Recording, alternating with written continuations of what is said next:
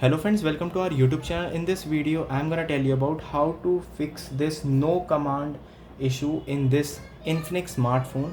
Before watching this video, if you have not subscribed to our YouTube channel, then subscribe to it and like our video. So let's start friends. You can see here it is no command XOS.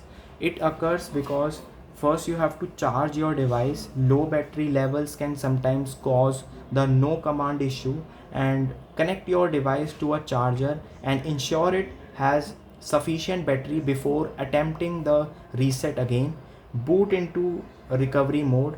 Try booting your Infinix device into recovery mode manually and initiate the reset process from there.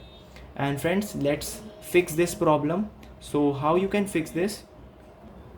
Friends, first you have to press on this power button. If it is not open, then you have to press this volume button. So let's press on power button, long press it for 5 to 6 seconds, and then friends you have to press this volume button.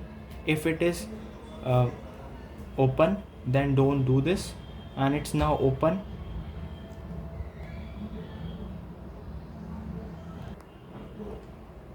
And friends, you can see it is successfully done, and you can see it is now fixed. I hope you like this video. Thanks for watching.